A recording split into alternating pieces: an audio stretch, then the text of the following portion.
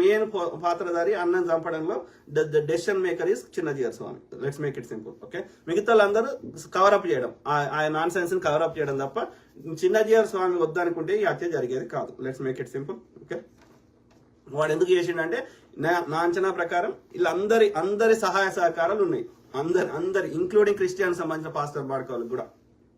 ఎందుకంటే అన్నకున్న నిజాయితీ ప్రధాన కారణం. Two honest is not good in the society. ఎందుకంటే టూ హానెస్ట్ పర్సన్ పైకి పోతే ఈ అడ్డదారులు దోసుకునే బాడుకోవులకి రోజులు చెల్లిపోతాయి. రెండోది అన్న యొక్క రోజుకి అన్న యొక్క ఇంపార్టెన్స్ పెరుగుతున్నది, ఎస్పెషల్లీ క్రిస్టియన్ కమ్యూనిటీలో.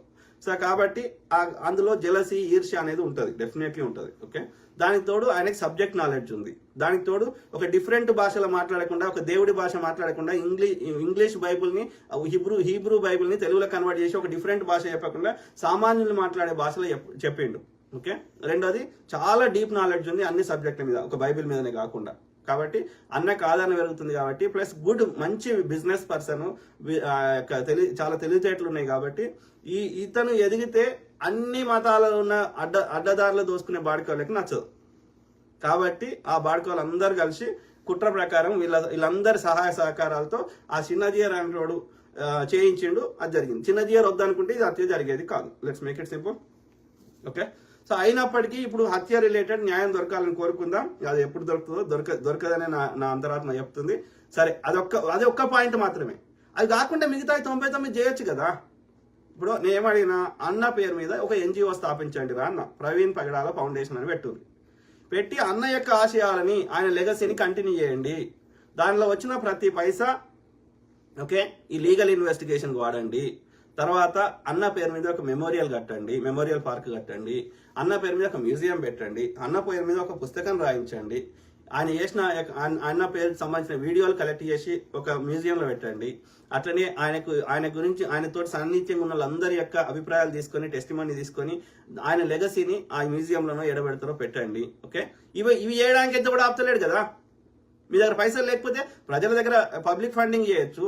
అది కూడా సాధ్యం కాదనుకుంటే చర్చిలకు దశమభాగాలకు ఇచ్చిన బాడుకోలు మరి అన్న గురించి ఎందుకు ఇయ్యారు అన్న ఫౌండేషన్కి?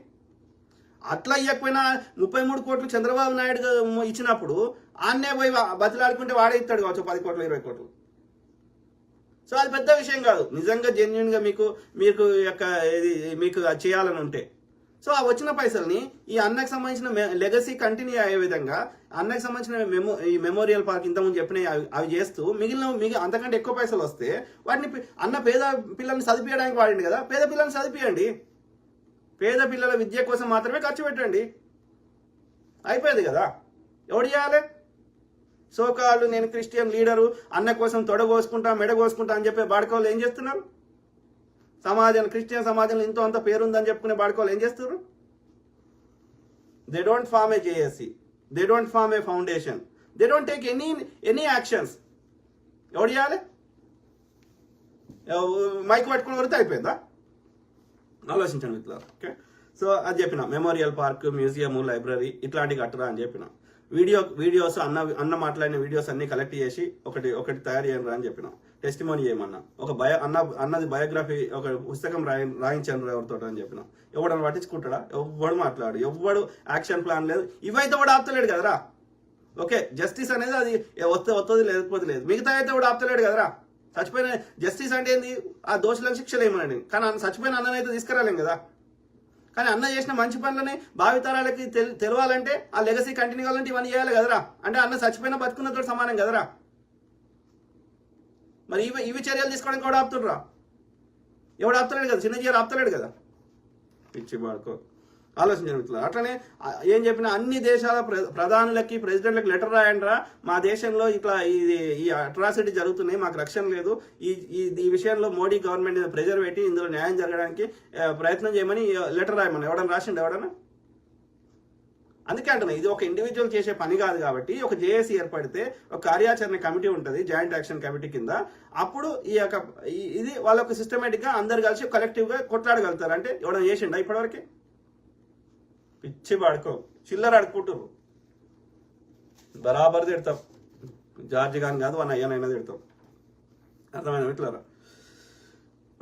సో ఇది సో అదేమంటున్నా అంటే ఈ జేఏసీ అనేది ఆలివర్ రాయ్ బ్రదర్ కానీ బెన్హర్ గారు కానీ వాళ్ళిద్దరు అధ్యక్షతన చేస్తే ఏమన్నా పనికొస్తుందేమో అని నేను అనుకుంటున్నా. వాళ్ళకి అంతో కొంత రెస్పాన్సిబుల్ పీపుల్ అనిపించింది మాట్లాడిన తర్వాత.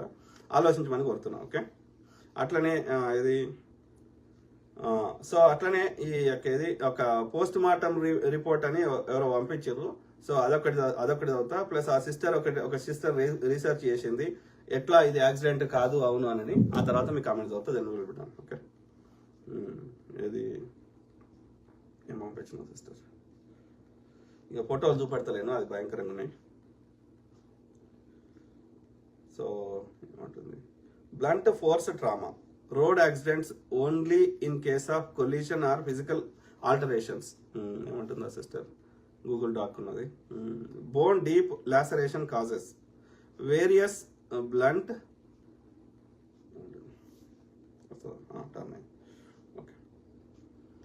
various blunt or sharp trauma incidents. Common causes include accidental falls like collisions or mishaps with sharp objects like knives, glass or tools can create lacerations that penetrate the skin and deeper layer. Cut చేస్తే ఆ యొక్క skin కానీ దానికి skin లోపల పొరలు కానీ అది cut అయితే అని చెప్తుంది. Right. Contact with sharp objects, blunt force injuries or even severe animal bites అని జంతువులు కరిచినా కానీ ఎట్లయితుందో చెప్తుంది. Underlying tissue lacerations, irregular margins, chin deformity. ఏమంటుంది, ఇంగ్లీష్లో చదువుతున్నా, నేను తెలుగులో చెప్పే ప్రయత్నం చేస్తా నాకేమైనా అర్థమైతే. Oblique fractures, falls that cause the bone to break at an angle caused by activities require forceful engagement. అంటే ఈడ జరిగింది అయితే బలవంతంగా చేసినట్టుంది కానీ న్యాచురల్గా అయినట్టు లేదు అని చెప్తుంది. Blood staining, fractured edges especially in compound fractures indicates that the fracture has broken through the skin, exposing the bone and potentially causing significant bleeding. ఆ ఫోటోలు బాగానే పెట్టింది కానీ చూపెడతలే. Lacerations with irregular margins, blunt trauma, irregular lacerations. Examples of weapons that can cause irregular lacerations: blunt weapons, hammers, rods, and even fists. Hard objects, pipes or rocks and ground itself. Crushed vessels. అంటే గాయం ఎట్లయితుందని ఆమె research చేసింది. Blunt force trauma, incomplete tissue separation, irregular and ragged edges, tissue bridging, ఎందుకంటే ఆ technical అందరికి అర్థం కాదని అంత అవుతలేదు, దాని సారాంశం చెప్తా. Stretch అక్కర్ in the blood. Okay, the mandible also known as the lower jawbone, this is mandible, is the largest and strongest bone in the human skull, forming the lower part of the jaw and part of the mouth. Okay, so మొత్తం అయితే ఆమె చెప్పిన దాంట్లో ఈ technical డీటెయిల్స్లో ఆమె చెప్పిన దాంట్లో అయితే ఏమంటారు, ఇది న్యాచురల్ డెత్ కాదు అనడానికి అవన్నీ ఆధారాలు ఆమె చెప్పింది అన్నట్టు. ఓకే, ఇంకోటి అది పోస్ట్ మార్టం రిపోర్ట్ అని షేర్ చేసారు, చూద్దాం.